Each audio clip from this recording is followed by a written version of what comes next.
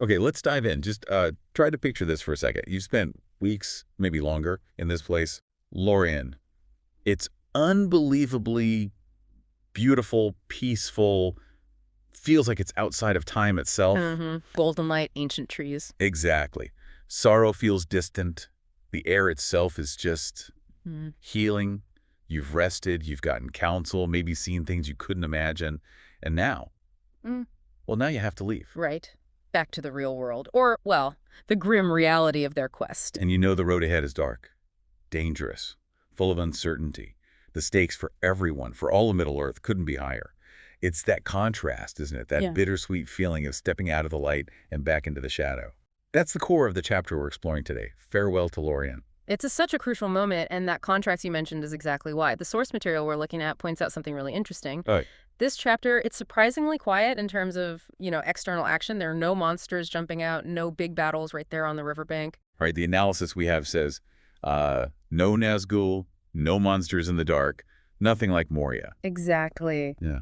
And yet, it has this incredible weight, this quiet power. It's all about the internal meaning, the symbolism. And that's exactly why we're doing this deep dive. Our mission today is to take this analysis we've got on the chapter and really unpack it. It's not just listing events, okay, they leave, they get gifts, they hop in boats. Chuckles slightly, pretty basic summary. Right. We want to get into the layers of symbolism, understand why this quiet departure is called, one of the most important chapters in the entire book. We're aiming for those insights, the things that make you go, uh-huh. Well, and if you look at the bigger picture, this chapter is a real turning point. Not just for the Fellowship, but for Middle-earth itself. How so? The elves, especially Galadriel and Celeborn, they represent this ancient power. Lórien itself is sustained by Galadriel's ring, Nenya, but they understand their time. The age of elves being the dominant force. It's ending. The fading. Exactly. They won't be the main players on the front lines against Sauron in the same way they were in past ages. So this moment, this farewell, it's more than just goodbye. It's a deliberate, highly symbolic act. They're essentially passing the torch, transferring hope, responsibility, and even physical tools to the ones who have to carry the future now. The Fellowship. Men, hobbits. Representing the younger races, the coming age of men. So the gifts, they're not just parting tokens. They're absolutely part of this conscious handover, this transition. Okay, so they've had this time in Lothlórien. Healing, reflection, getting advice in this golden wood, this haven that felt timeless. Yeah. But yeah, the road to Mordor isn't going to walk itself. Time to move. That's it. Rest is over. And the shift back to the journey is immediate. The source analysis really highlights the tone here. It calls it solemn. Solemn. Yeah, you can feel that shift from the peace. It's a stark contrast, almost jarring after the light they've been living in. You've got the beauty of the elves, timeless, golden, and untouched, as the source puts it, right there next to the knowledge of the darkness they're heading straight back into. A darkness that even Lórien can't hold back forever. And who feels that contrast the most, according to the source? It's got to be Frodo, right? Absolutely. Makes perfect sense. He's carrying the ring, the ultimate burden, the darkness made physical. So for him, Lórien wasn't just a nice break. No. The source argues it became this incredibly powerful symbol for him, a symbol of everything he's actually fighting for. What the source calls light, memory, and peace. Precisely. His time there clarified the stakes for him. He saw the light, felt the deep history, experienced peace. But, and this is classic Tolkien, it comes with that bittersweet realization. But it can't last. Like all beautiful things in Middle-earth, it cannot last. That's a direct quote from the analysis, summing it up. The sanctuary is temporary.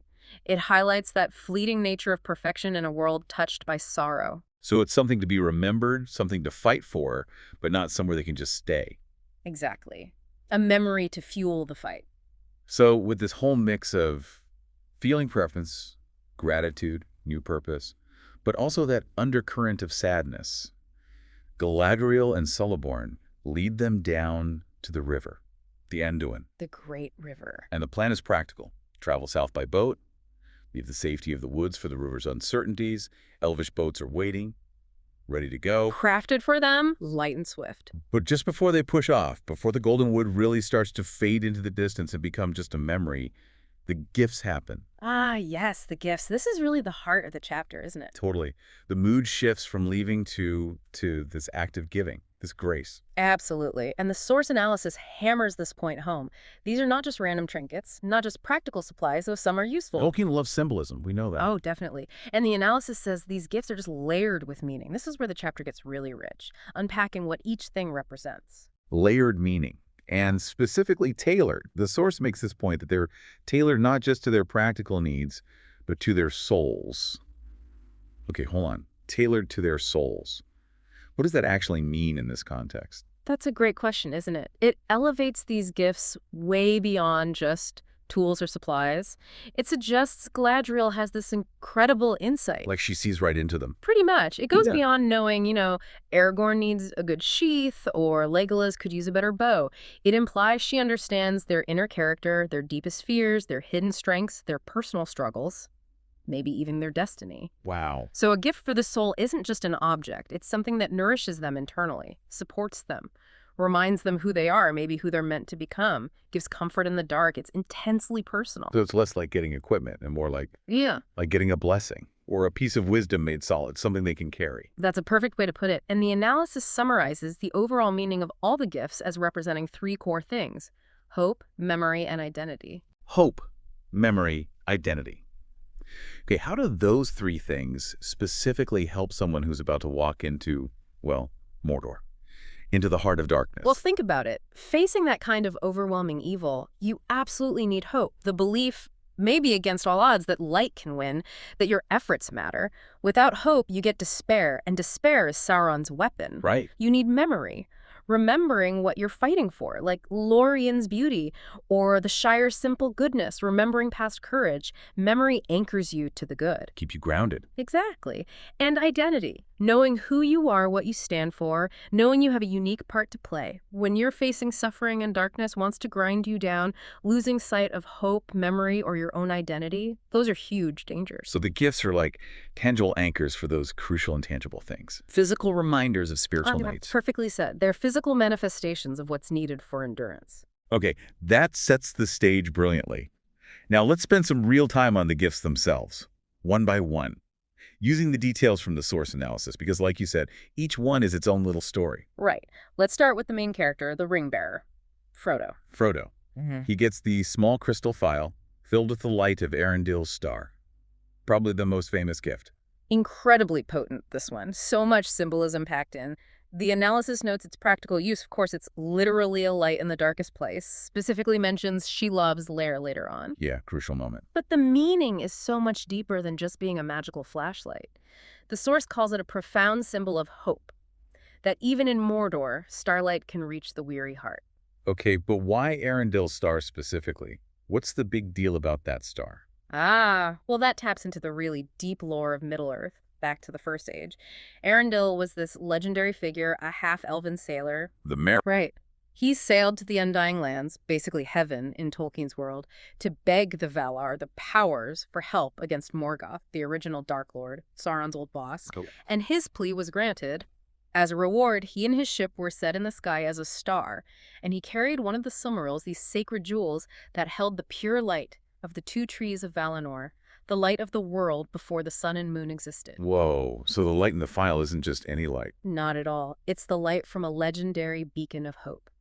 A star born from an impossible journey against the ultimate evil, carried by someone who risked everything for others. It connects Frodo's lonely, desperate quest right back to that ancient cosmic battle. He's carrying a piece of that original primordial light. Wow, a piece of ancient light from a symbol of hope, who himself journeyed against darkness, and connecting it to starlight reaching the weary heart. Frodo's heart is definitely weary, crushed by the ring. The idea that even in Mordor, a physical piece of that ancient light, that hope, can touch him, that's huge. It's incredibly powerful. It's not just seeing in the dark. It's about the endurance of hope itself, embodied in that star. A literal light for the path and a metaphorical light against despair. Amazing. Perfect for Frodo. Couldn't be more fitting for the one carrying the ultimate darkness into the deepest shadow. A reminder that even in the blackest night, the stars are still there. Okay, stunning start. Next up, Sam. Good old Samwise Gamgee, the loyal friend. Sam's gift, the analysis notes, looks quite different. A box of elven earth and a silver nut from a malorn tree. Yeah, the source says it may seem humble, and it really does compared to a star phial. A box of dirt and a seed. Humble in appearance, maybe? But the source immediately gives it profound meaning. It represents Sam's love of gardening, yes, which is central to him, but also the preservation of beauty, and critically the promise that he will help rebuild the world after the war. Okay, that's huge. Preservation and rebuilding. This gift is just so perfectly, almost prophetically suited to Sam. His gardening isn't just a hobby. In Tolkien, it's tied to his deep connection to life, growth, nurturing things, working with the earth. The simple good things. Exactly. And this elven earth, you have to assume it's imbued with Lórien's vitality, right? And the Malorn nut, a seed from those golden trees. They are literally the means to bring new life and beauty back to places scarred by the war, like the Shire. Ah, so Frodo gets the symbol of hope during the darkness. Sam gets the tools for healing and life after the darkness. That's a fantastic way to see it. It contrasts the immediate struggle with the long-term hope for renewal. Sam, who's often underestimated, really embodies the vision of what Middle-earth could be again. Peaceful, fertile, beautiful. Like the Shire. Or Lórien. So the gift isn't just a souvenir of Lórien, it's a tangible piece of the future he'll help create.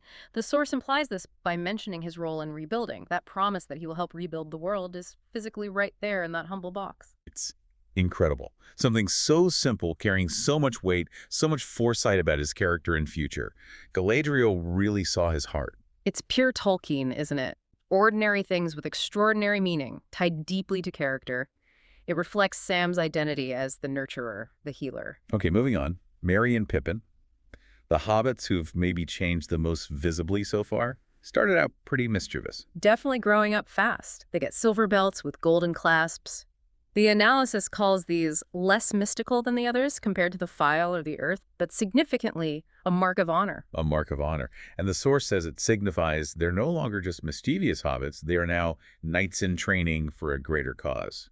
Knights in training, I like that framing. While maybe less obviously magical, this gift is deeply symbolic of their growth. A belt like this, it suggests readiness, preparedness, status even. Holding yourself together. Yeah, that too. And getting it from Galadriel and Celeborn in Lórien, that's formal recognition. They're not just tagging along anymore. They're acknowledged participants in this huge, dangerous quest. They're stepping up. Knights in training still feels a bit surprising for hobbits, though. They're not exactly knights in shining armor, but they are facing danger, showing courage. How does a belt convey that idea of knighthood or honor here? Well, historically, belts were crucial for warriors, knights, holding swords, gear. Receiving a fine belt, especially from someone high status, could mean being equipped for service, invested in a cause, recognized for bravery. Okay. For Merry and Pippin, it's less about literally holding a sword right now, though they will, and more about being symbolically geared up. Formally brought into the Fellowship's purpose, into the war effort. It recognizes their journey away from just Shire concerns towards this greater cause. It validates their transformation. So it's like a physical marker of their new identity, their acceptance of a serious role. The elves saying, we see your growth and we honor it. Exactly. Acknowledging their potential, marking their passage from innocence toward responsibility. Makes sense. Next, Aragorn, the ranger, the hidden king. His gift feels very appropriate for who he is or who he's becoming. He receives a jeweled sheath for his sword and a silver brooch set with a green stone. Very regal sounding. Right. The source analysis calls it a token of Galadriel's esteem and significantly almost a royal gesture, directly acknowledging his destiny as king. This seems less symbolic, more direct acknowledgement of his identity. But how does a sheath specifically connect to kingship? I mean, besides holding the king's sword. Well, the sword itself, especially Aragorn's sword, whether it's Narsil's shards or the reforged Andúril, is a huge symbol. Authority, justice, the right to rule, to protect. It's tied to his lineage, his destiny to reclaim Gondor's throne. The sword is the symbol. Right. And the sheath, well, a jeweled sheath doesn't make the blade sharper, but it adds dignity, status, beauty. It's about presenting that kingly sword appropriately, honoring its history and significance. It's not just about battle function, it's about the symbolic representation of his right to rule. So the sheath dresses up the symbol of his kingship, makes it visually match its importance. Exactly. It's about presentation and recognition. And the brooch adds to that. Brooches often signify favor, affiliation. The green stone maybe connects to his ranger past, nature, life. But set in silver, from Lórien, it's elevated. Together, they're Galadriel publicly or semi-publicly acknowledging his true status, his destiny. It's an endorsement. A powerful one, from one of the oldest and wisest beings left. It is a royal gesture, affirming his identity, just as he needs to step fully into it. It confirms Lórien sees Aragorn, not just Strider, validating his destiny right before the path gets really hard. Yes, confirmation from the ancient world before he leads the new age of men. We know who you are, we back your claim. Powerful stuff. Okay, now, Boromir. This is where the analysis says things get poignant. The noble but troubled son of Gondor. Yeah, Boromir. He receives a golden belt, and the source analysis says, quite pointedly, it's not much, but it's poignant, because we know Boromir will struggle most with the ring's temptation. Right. His trouble is coming. So his gift, the analysis argues, while it's beautiful, it seems to lack the deeper magical resonance of the others. Frodo's vial, Sam's earth, maybe even Aragorn's destiny items. And the source flat out calls this Tolkien's quiet way of foreshadowing. Okay, poignant. How? And how does the beauty contrast with this lack of deeper magical resonance? What exactly is it foreshadowing? Well, it's poignant mainly because we know his fate, his strength, his love for Gondor. That very nobility makes him vulnerable to the ring's promise of power. Power to protect his people, but through domination. The ring's temptation. Exactly. A golden belt is beautiful, yes. Valuable in a worldly sense, gold, status, warrior gear. But the source suggests it doesn't offer that spiritual strength, that deep symbolic guidance or affirmation the other gifts seem to carry. It's fine, it's rich, but compared to the light of hope, the earth of renewal, the hairs of trust, it feels superficial. Maybe superficial, or at least more focused on the external. It kind of matches Boromir's focus at this point. Outward strength, worldly power, the glory of Gondor's arms, rather than the inner resilience, the humility needed to resist the ring's deep spiritual corruption. So the gift reflects his priorities. Or maybe his vulnerability, the focus on external value over inner fortification. That seems to be the interpretation, yeah. It's quiet foreshadowing, because the gift itself doesn't really equip him for the internal battle he's about to lose. The battle against the ring's whispers of power and control. By giving him something beautiful, but lacking that deeper, almost spiritual resonance, Tolkien subtly highlights Boromir's focus on worldly means, maybe outward appearances, represented by the gold belt. And that lack of deeper resonance hints at his susceptibility. Wow. It subtly predicts the path he's vulnerable to. A tragic, subtle detail. Classic Tolkien, imbuing even simple objects with narrative weight through contrast and character insight. Okay, that's fascinating. Next, Legolas, the elf, representing that fading world but walking with the Fellowship. Legolas gets a bow of the Galadrim, longer and stronger than those of Mirkwood. The analysis sees this as a gift of renewal for the elf who walks between two fading worlds. A bow makes sense, he's the archer. But why is this bow from Lórien stronger? Why is that renewal for him, especially with that phrase, walking between two fading worlds? Well, Legolas is from Mirkwood, an ancient elven kingdom, yes, but maybe less potent, more shadowed literally under the shadow of Dol Guldur than Lórien, which Galadriel's ring has preserved in more of its ancient light and power. Okay, Lórien is like peak elfiness still. Kind of, yeah. And the elves as a race are fading from Middle-earth. Their time is passing. Legolas is part of that fading, yet he's deeply involved with men, hobbits, dwarves, the future. So, receiving a bow made in Lórien, embodying that deeper elvish power, artistry, vitality, it's not just a better weapon. It connects him back. Exactly. It's an infusion of his deepest heritage, that ancient skill, that lingering power. It reinforces his identity as an elf of noble lineage, equipping him with the finest tool of his kind, even as his kind recedes from center stage. So the stronger bow isn't just for fighting better, it's like a reminder of the peak elven strength and purpose he carries forward. That's the source's point, precisely. A renewal of his connection to that ancient strength and beauty. Galadriel is enabling him to contribute effectively, carrying his people's legacy into the fight for the future, the Age of Men. It's the ancient world aiding the new through him. Like she's giving him a piece of that fading elven glory to wield in the final struggle, acknowledging his unique position, bridging past and future. Beautifully put. A poignant symbol for the elf bridging ages and races, empowering his specific role. And finally, Gimli, the dwarf. His gift, or, well, what he asks for and what he gets. This moment often gets called out as really moving. Oh, it absolutely is. This exchange is maybe the most emotionally charged, symbolically packed gift moment of the whole chapter, maybe the whole book. Gimli, as you know, when asked what he wants, says he wants nothing. Nothing, he says, except to have seen the Lady of the Galadrim, heard her words. Just the memory. But then, after that humility, that respect, Galadriel presses him, and he's moved beyond words, the source says, when he finally asks for and receives 3 golden hairs from her head. 3 hairs. And the analysis stresses how deeply important this is and how it's sadly often omitted in adaptations for multiple reasons. Why is him asking for nothing so significant? Especially for a dwarf, always depicted as loving golden gems. That's precisely why. For a dwarf whose culture prizes craft, gold, jewels, and given the ancient, bitter history between elves and dwarves, for Gimli to want nothing material from the most beautiful elf queen shows a massive shift in him. He's changed. Profoundly. His time in Lórien, seeing Galadriel, it's altered his core values. His deepest desire isn't treasure, but respect, connection, the memory of beauty itself, reconciliation even. He values the experience over stuff. And the 3 hairs. Why is that so powerful? Why 3? The deep lore again. Absolutely crucial here. Back in the first age, the story goes, Fëanor, greatest elven craftsman, super proud, maker of the Silmarils, caused huge trouble. He asked Galadriel for 1 strand of her hair. 3 times he asked. Wow. She refused him. Every time. She sensed the pride, the darkness in him. Now, fast forward millennia. Gimli, a dwarf from the race elves, have the oldest grudge against. He asks humbly, and she freely gives him 3 hairs. Whoa, that's huge. It's an extraordinary symbol.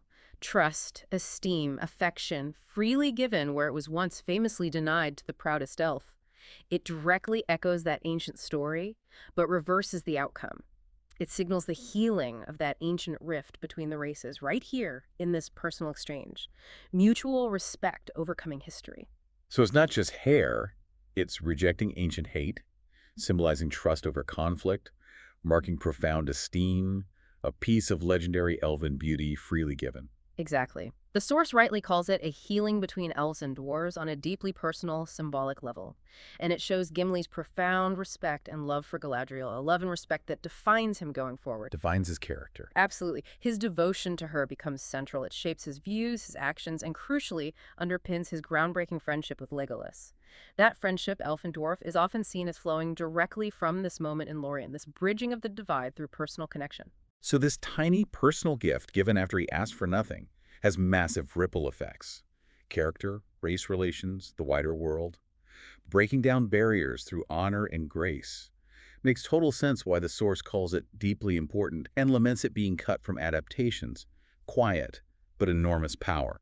It shows the greatest treasures aren't always gold or gems. They can be trust, connection, bridging divides. It defines Gimli because his respect for Galadriel becomes the lens through which he sees others, enabling friendship across boundaries. Okay, looking back at all of them. Frodo's Light of Hope, Sam's Earth of Renewal, Merry and Pippin's Belts of Honor, Aragorn's Sheath of Destiny, Boromir's poignant golden belt, Legolas's bow of renewed purpose, Gimli's hairs of trust and healing. Yeah, it's crystal clear, like the source says, these are far more than mere trinkets. Absolutely, not just trinkets or supplies. They are, as the analysis puts it, charged with meaning, potent symbols, reinforcing hope, memory, and identity for each person, uniquely suited to them. They're tangible reminders of what the Fellowship is fighting for. Not just fighting against Sauron, but fighting for the light, the beauty, the peace, the connections. Exactly, the positive goal. And with these incredibly charged gifts, they finally leave. Pushing off from the shore, that solemn mood from the beginning comes back full force. Yes, and you get that image the source mentions, Lórien fading behind them like a dream. Haunting. And the analysis points to Frodo's feeling right then. This perfect haven, this place of rest, like Gandalf, is slipping into memory. That parallel the source draws is really important. Gandalf's fall in Moria was the first huge blow, losing their guide. Now Lórien, this seemingly untouchable sanctuary, is also becoming a memory, something beautiful they can't really go back to in the same way. What does that signify? About the journey, the changing world? It says a lot about the shift in the age. The ancient powers, the old refuges, whether it's Astari's wisdom or Lórien's protected borders, they're either passing away, becoming less accessible, or less directly involved. The burden is falling more and more onto mortals, men, hobbits, and their close allies. Gandalf and Lórien gave help, guidance, rest. But now the Fellowship has to carry on without that constant, direct presence. They're more on their own. Forces them to rely more on themselves, on each other, and on the grace and strength symbolized by the gifts they just received. Which brings us back to that core idea from the analysis about the elves' role now, that the elves will not fight on the front lines, but they have done something greater. They have equipped the next generation to fight evil in their place. Exactly, that passing the torch idea again.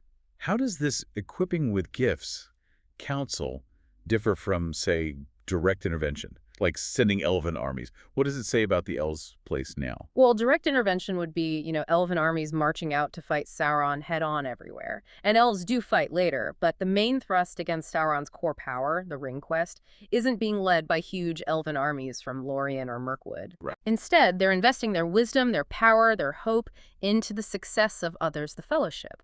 This equipping through counsel, healing, affirming identity, giving these symbolic, potent gifts, it's a different kind of power than just military might. A more subtle power. Perhaps. It reflects the elves, particularly Galadriel's, understanding that their era of overt leadership is ending.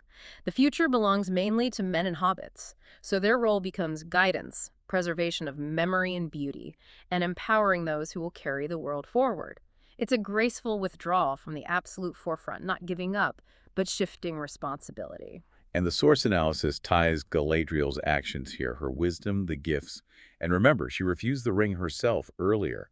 Ties it all to Tolkien's deep trust in ordinary people doing extraordinary things. Yes, that's such a fundamental theme in Tolkien, and Lórien is a perfect example. Galadriel is immensely powerful, wise, ancient. She has power via her ring. She faced the ultimate temptation with the One Ring and turned it down, knowing it would corrupt her. She could have tried to use her power differently. Seize the ring, maybe. Send armies. She could have, but she doesn't. Instead, she places her trust and Middle-earth's future really in the hands of others, including the most ordinary people imaginable, the hobbits. She gives them support, rest, wisdom, gifts tailored to their journey, rather than taking charge herself. How does that trust in ordinary people connect to the specific mix in the Fellowship there? Well, look who's there. You have Aragorn and Boromir, sure, mighty figures, but then you have Frodo, Sam, Merry, Pippin, hobbits. By Middle-earth standards, totally ordinary, small, loving comfort, not traditional heroes. Yet they're chosen or they've stepped up, not because of power or status, but because of their inner qualities. Resilience, loyalty, unexpected courage, love of home, Galadriel's trust, the nature of her gifts to them, it validates their importance. It says loud and clear. Heroism isn't just for kings and elves. It's found in those who endure, show kindness, stay true, act with love, even when facing horror. Those ordinary qualities are what make them capable, which circles back perfectly to that powerful idea from the source about the whole conflict. The forces of good don't need to dominate, they only need to endure. That feels huge. Yeah. Especially against Sauron, who is all about domination. What's the real difference between dominating evil and just enduring against it? It's fundamental, a difference in philosophy and method. Domination means meeting power with more power, centralizing control. And you risk becoming like the thing you fight. The ring itself is the ultimate tool of domination, promising victory through force, but always corrupting. Okay. And endurance? Endurance is about perseverance, holding on to hope, keeping your identity, your principles, resisting the forces trying to wear you down or corrupt you from inside.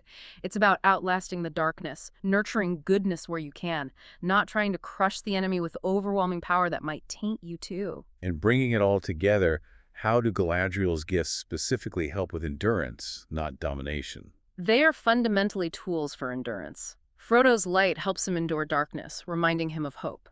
Sam's earth gives him the vision to endure by focusing on rebuilding, remembering what he's fighting for. Merry and Pippin's belts reinforce their commitment to endure hardship for their cause. Aragorn's gifts affirm the identity he must endure to claim. Even Boromir's. Boromir's gift, maybe by its lack of deeper resonance, highlights how hard endurance is for him against the lure of domination. Legolas's bow gives him the means to endure the fight with renewed purpose. And Gimli's hairs. They symbolize the trust and connection that make endurance meaningful, bridging divides against a divisive enemy. They aren't weapons of mass destruction. They're aids for the spirit, purpose, relationships, all needed for a long, hard fight where just holding on, staying true is victory. So, yeah, the source analysis nails it. This chapter isn't flashy, no battles, lacks that external drama, but it absolutely sticks in the heart. It really does. Because of those universal themes shown through quiet, symbolic acts, the source points out sometimes the greatest acts of courage come in the form of kindness, symbolism, and trust. How is kindness courageous, though, when you're facing absolute evil? Well, think about it. Evil like Sauron's breeds fear, suspicion, cruelty, isolation. To respond with kindness, compassion, aid, grace, trust when it's dangerous, or the world is full of betrayal that takes immense inner strength. Moral conviction. It's refusing to let the darkness win inside you. Exactly. It's a refusal to let it dictate your actions or corrupt your spirit. Galadriel's kindness, offering rest, and these powerful gifts to travelers heading into peril is a profoundly courageous counterpoint to the shadow. And symbolism and trust work like that, too. Yeah, symbolism offers meaning and hope against chaos. And trust. Trusting others when failure is catastrophic, like trusting a hobbit with the ring. It's deeply courageous. It builds alliances, empowers people. It's a gamble on the goodness in others, and in Tolkien, that gamble often pays off more than fear or suspicion ever could. It all just shows that Galadriel doesn't just give gifts, she gives blessings, charged with her power and hope. Exactly. Imbued with her foresight, her understanding of the real fight, her hope for them, they carry a piece of Lórien's light, elven grace, the spirit of resistance out into the darkness. And so, as that golden wood finally fades away, the Fellowship isn't the same. Not just rested, but spiritually changed, reinforced. They are, as the source concludes, no longer just a group of travelers. No, there's something more now, defined by that grace they receive. They are now bearers of hope. Carrying the ring's burden, yes, but also carrying these tangible blessings, these reinforced identities, and that deep understanding of enduring hope they need for the road ahead, to carry the world into a new age. So, wrapping up this deep dive into Farewell to Lórien, we've looked at that solemn departure, the contrast between the haven and the danger. We've unpacked the incredible symbolism of Galadriel's gifts, how each was tailored to the soul, reinforcing hope, memory, identity. We talked about the elves passing the torch, that quiet empowering of the next generation. And we explored that core idea from the analysis. Courage isn't just battle, it's in kindness, symbolism, trust, enabling endurance against domination. We saw how simple objects, through deep understanding, become charged with meaning, reminders of what truly matters. Now, for you listening, just take a second. Think about those gifts. Which one really hit home for you? Why?